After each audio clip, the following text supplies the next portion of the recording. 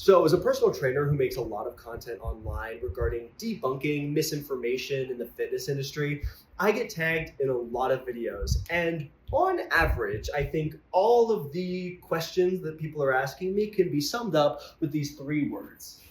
Is this true? And to be honest, this isn't an easy question to answer.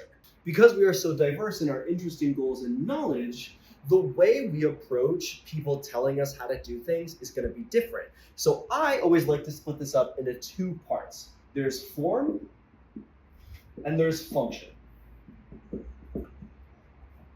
Form has to do with the scientific biological method of which you're doing something. It is how you do your bicep curl. It's where you put your hips when you squat. I'm talking about the strict mechanics of how you do a move. And then the function is dependent on what your goals are, how long you've been working out, what methods appeal to your daily routine. So let's relate this process to a question I get all the time. Is running going to destroy your gains? Well, since we already know what the perfect form is for running, hopefully, we can move on to the function part. And this is, I think, the most important aspect of determining whether information is for you or not.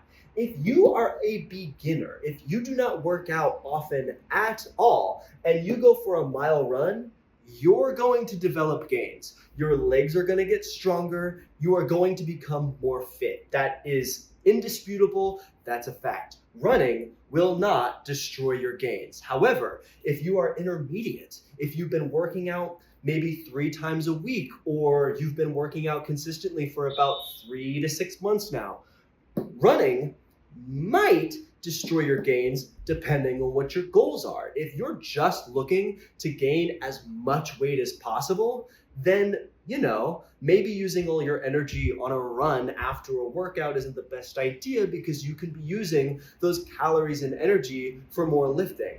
However, if your goal is to just be healthy, then no, it's probably going to be a great addition to your workout. However, if you're advanced, then yeah, running probably isn't going to do that much for your goals in the long run if you're not looking to be sprinting or running marathons.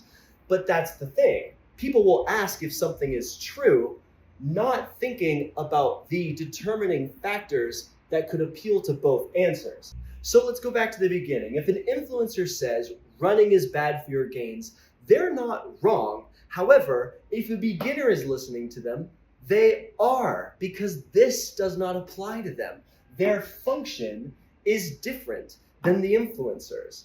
If they are someone who's talking to an advanced bodybuilder, then they're right, because their experiences match up a lot easier. So there's this intersectionality when we're talking about fitness that I think a lot of people forget. Because yeah, someone's advice might be correct, but if they're talking to an audience that is not on the same level that they are, their advice isn't very useful. So when you're listening to influencers or people just sharing information about what they do, it's important to note 2 things.